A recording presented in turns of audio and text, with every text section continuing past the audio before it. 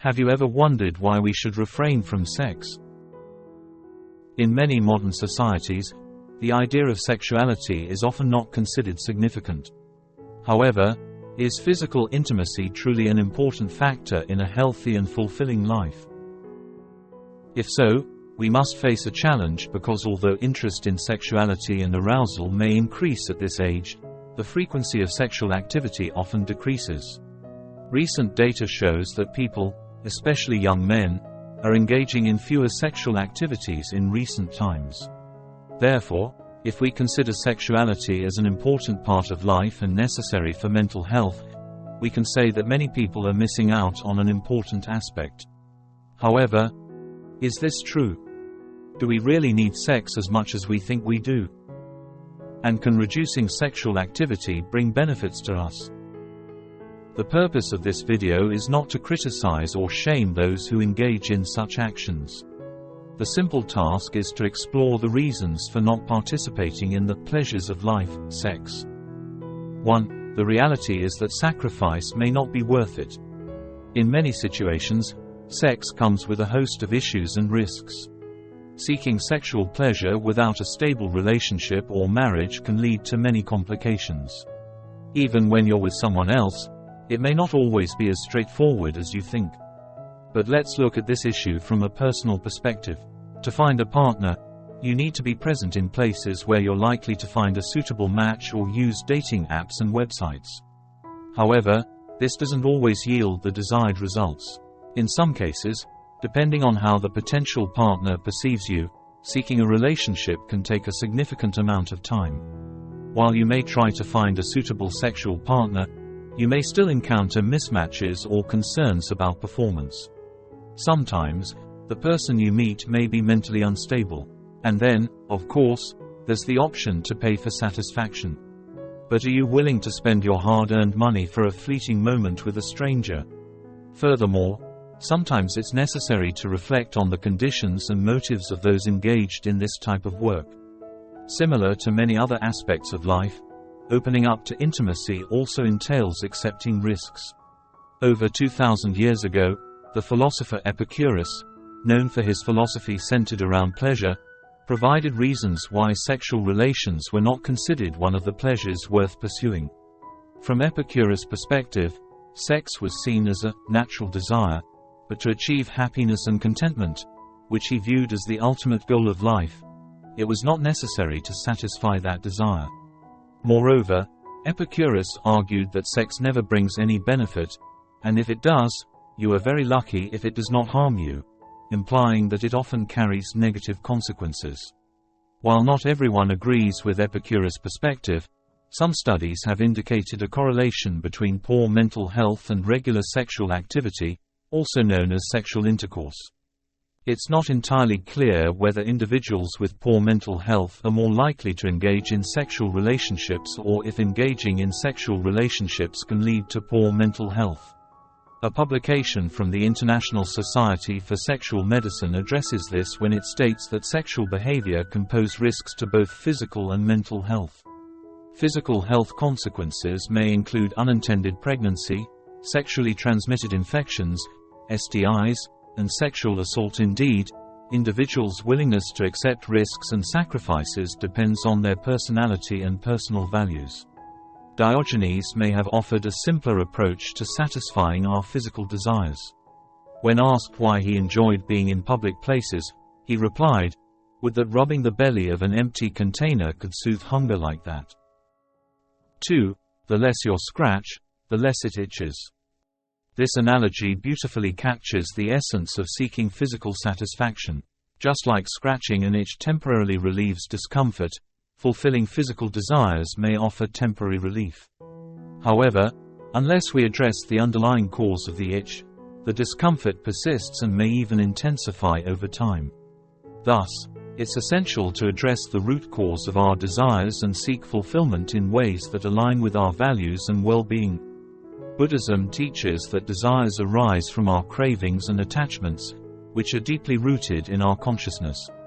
The teachings of the Buddha emphasize understanding the nature of these desires and learning to control them. By understanding why these desires arise within our consciousness, we can work towards freeing ourselves from the perpetual dissatisfaction with life. Engaging in sensual pleasures, according to Buddhist philosophy, is a way to temporarily escape from this sense of discontentment. While sensual pleasures are natural and deeply ingrained, we can often misuse them as a means to escape pain. In doing so, we only strengthen the power of these desires. Addiction fundamentally involves being consumed by sensual desires, turning actions like eating or browsing the internet into obsessive habits. Therefore, every time we try to soothe the itch becomes more uncomfortable. Scratching may provide temporary relief, but the itch of desire will return stronger and more intense after a while. Similar mechanisms apply to sexual desires. In fact, many people claim to have a healthy sex life, yet still feel constant pressure from their cravings. They simply seek access to one or more willing partners to satisfy their cravings, and thus, they persist. According to Buddhist monk Ajahn Nyanamoli, the single life can be beneficial for those not following the Buddhist path for a clear reason. They are not controlled by a strong desire that often shapes their lives. Living single can help dry the mind from the moisture of sensual desires, thus helping them break free from its bondage. This quote speaks to how human life often revolves around the pursuit and attainment of desires, especially those related to sexuality and the quest for relationships and family. These desires are fundamental and deeply rooted.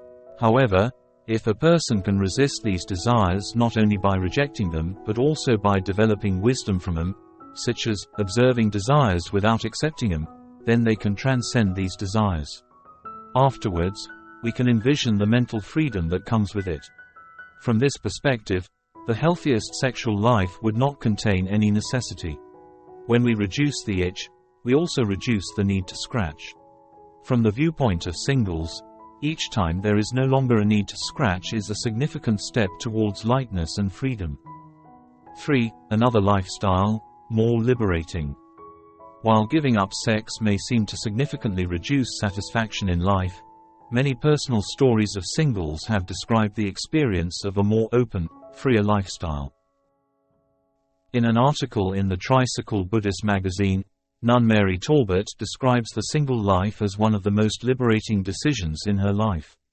She writes that giving up the pursuit of sex and romance has freed up a vast mental space that she had previously been depleted of, allowing for thinking, analyzing, planning, and feeling regret and pain. I am inspired by the monks and nuns I have met, and by the promise of the Buddha that while the single life may seem to diminish outwardly, the inner life of those who renounce blossoms and expands exponentially. My existence as a working urban mother limits much of what monks and nuns typically do in a day, but this is part of monastery life, along with meditation and seclusion, that I can practice in the privacy of my own home. In conclusion, abstaining from the pursuit of sex and romance in life may make us feel estranged from the world around us. However, this loosening also opens up opportunities for the development of the inner world. Looking at human behavior, we see that Ajahn Nyanamoli's assertion is accurate. Our lives often revolve around deep desires for sensuality and seeking a companion. Most people build their lives around this, striving to make themselves as attractive as possible to those they desire. For many, allure and romance are expected to make people more appealing, perhaps through exercising for a balanced physique or using various beauty products along with wearing high heels. Nyanamoli explains that if we choose the single life, somehow, everything that helps us satisfy sexual desires will lose power over us. Factors such as social status needs or the appeal of physical appearance to attract potential partners become irrelevant when we eliminate their purposes, rendering their means obsolete. This mechanism operates in every aspect of life. For instance, if you don't require an expensive house, you don't need to earn the income necessary to meet that need. If we no longer have demands for status and prestige, there's no need to exert effort to impress others. We just need to not want something, and from there, we can tap into a tremendous amount of energy to use for other purposes.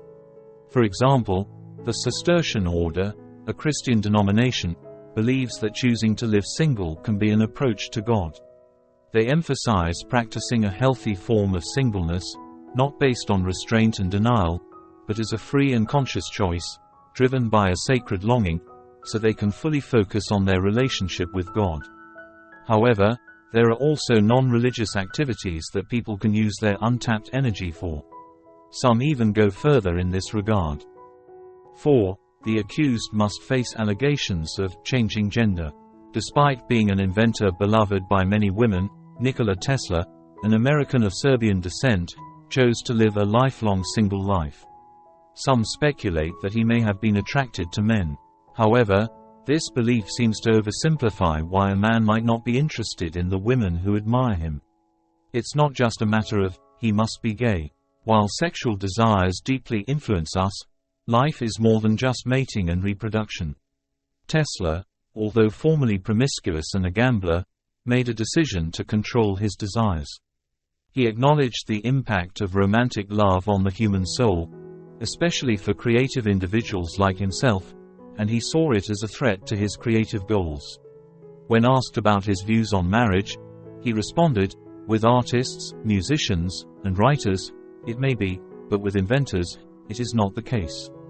The first three may draw inspiration from the influence of women and be guided by their love to achieve greater accomplishments, but an inventor, by nature, harbors many wild qualities and passions. To the extent that when he dedicates himself to the woman he loves, he is willing to sacrifice everything, thereby losing all that he has achieved in his chosen field. I don't think you can name many great inventions that have been made by married men. The conclusion of the quote is not only about the lack of distracting factors contributing to his success. Tesla also claims that abstinence played a crucial role in his creative ability. Nikola Tesla's life as a single man may have opened up a new path known as sexual transmutation, where he transformed the energy from sexual desire into creativity. Though the value of this practice is contentious, and its role in Tesla's life remains unclear.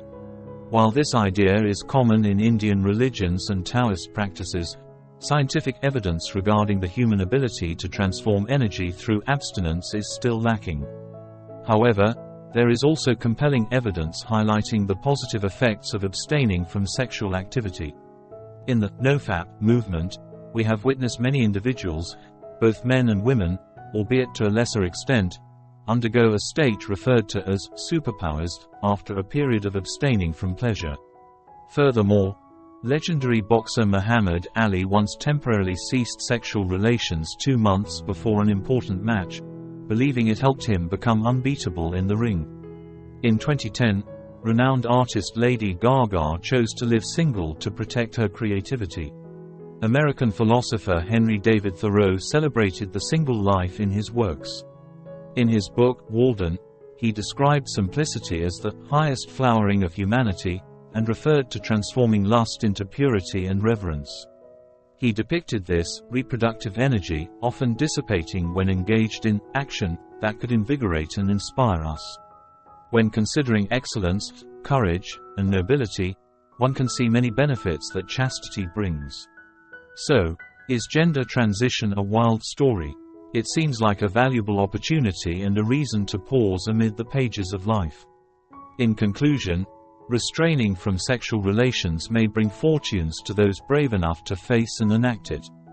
However, when looking at the essence of human nature, the disappearance of birds and bees from the stage would deprive us of an indispensable part of our existence. Ultimately, how can we continue to exist as our species without their presence? Of course, the joy they bring cannot be denied. Buddhist monk Ajahn Nyanamoli acknowledges that while there are benefits to living single, most people wouldn't embrace it without the guidance of a specific religious practice, as it's simply too hard. Thanks for watching.